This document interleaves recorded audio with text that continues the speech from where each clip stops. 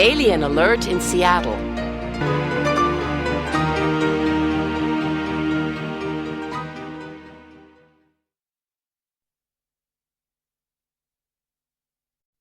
Chapter 4. Who's in the computer room? After leaving Mr. Wilkinson's house, Walter and I talked about our visit. Both of us felt very sorry about our behavior. I think we learned a big lesson today, said Walter. Some people seem strange because they have problems, big problems. But they're people just like you and me, and they need our help and friendship. I agree with you, Walter, I said. But we learned 2 important lessons today, thanks to Mr. Wilkinson. We must help and understand others. And it's not nice to invade someone's privacy. I thought about Mr. Kent and his artificial arm. He was another person with a big problem. Well, the mystery is solved, I said. Mr. Wilkinson isn't an alien. He's a very nice teacher. We walked in silence for a few minutes. We were both thinking about Mr. Wilkinson. Hey, do you want to get an ice cream now? I finally asked Walter. Good idea, Walter said. Let's invite Barbara. Yeah, let's, I said. It's almost 5 o'clock and basketball practice is over. I'll send her a text message. 30 minutes later, we met Barbara and we sat down by the sea and ate our 3 large ice creams. So, what's happening? Asked Barbara. We have a lot of news for you, I said. Really? Well, don't make me wait. Tell me immediately, said Barbara, laughing. We told her everything. The news about the comet and the intergalactic voyages and how we had the idea that Mr. Wilkinson was an alien. We told her about what happened when we followed Mr. Wilkinson home and the teacher's sad story. Barbara listened carefully, and she was very surprised. The poor man, she said sadly. What a terrible problem.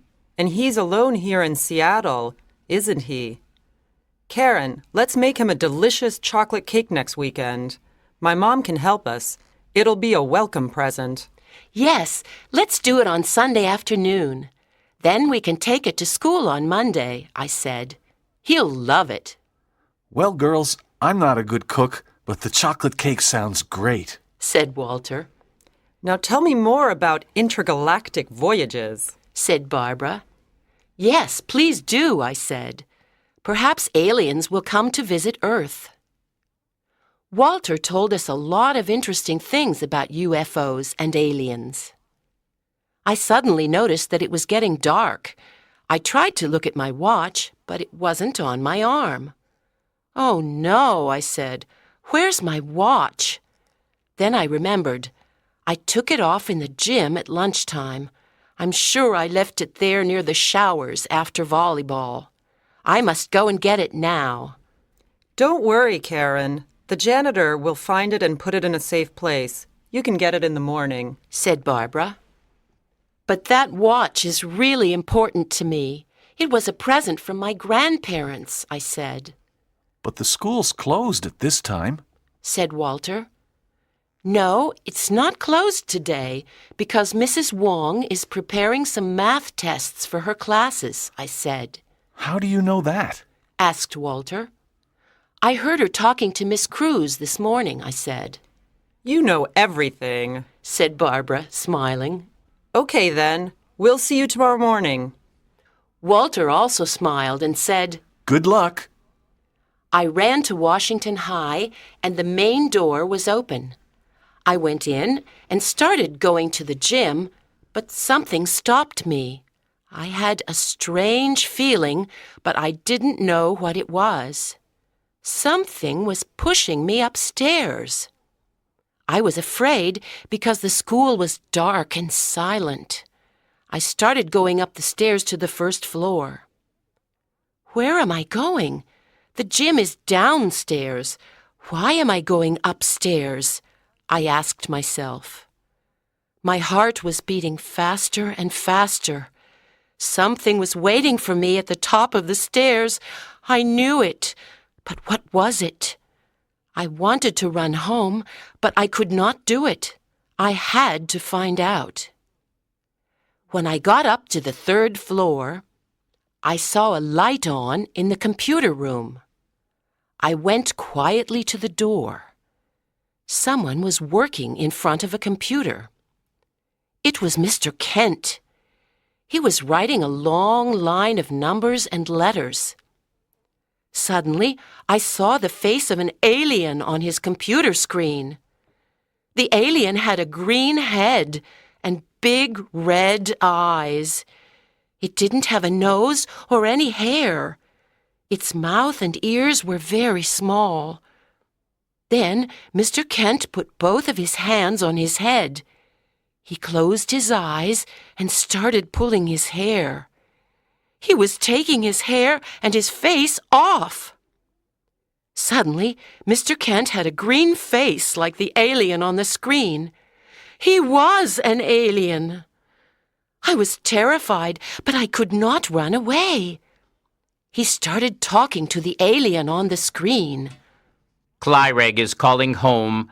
Clyreg here, He said. All tank Pilex, Clyreg. This is your leader speaking. How are things going? Said the alien on the screen with a strange voice. Everything is fine, Gortz, but I'm tired of this mask. Life as a human is difficult, He said. Your work on Earth is very important.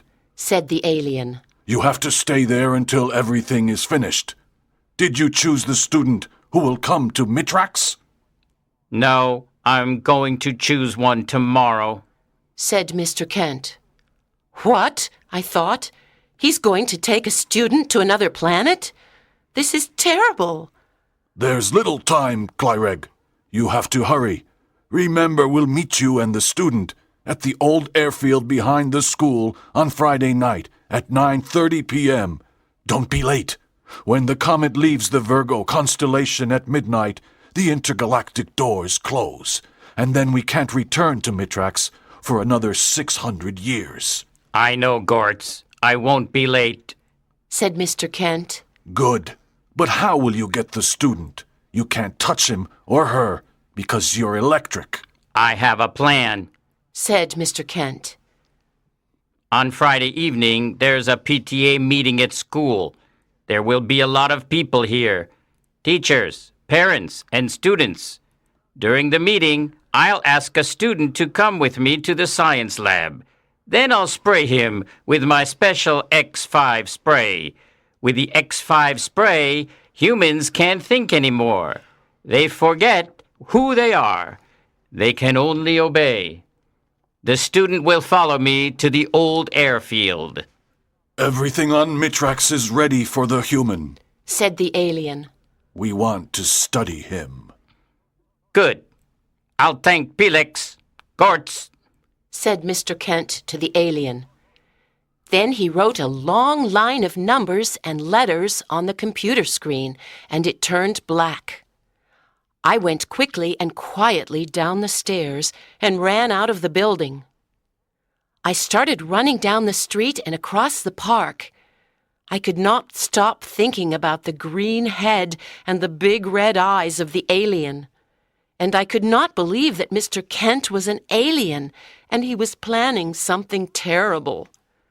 What could I do to stop him? I had to talk to Walter and Barbara. I felt cold and my heart was beating fast. I wanted to get home as fast as possible.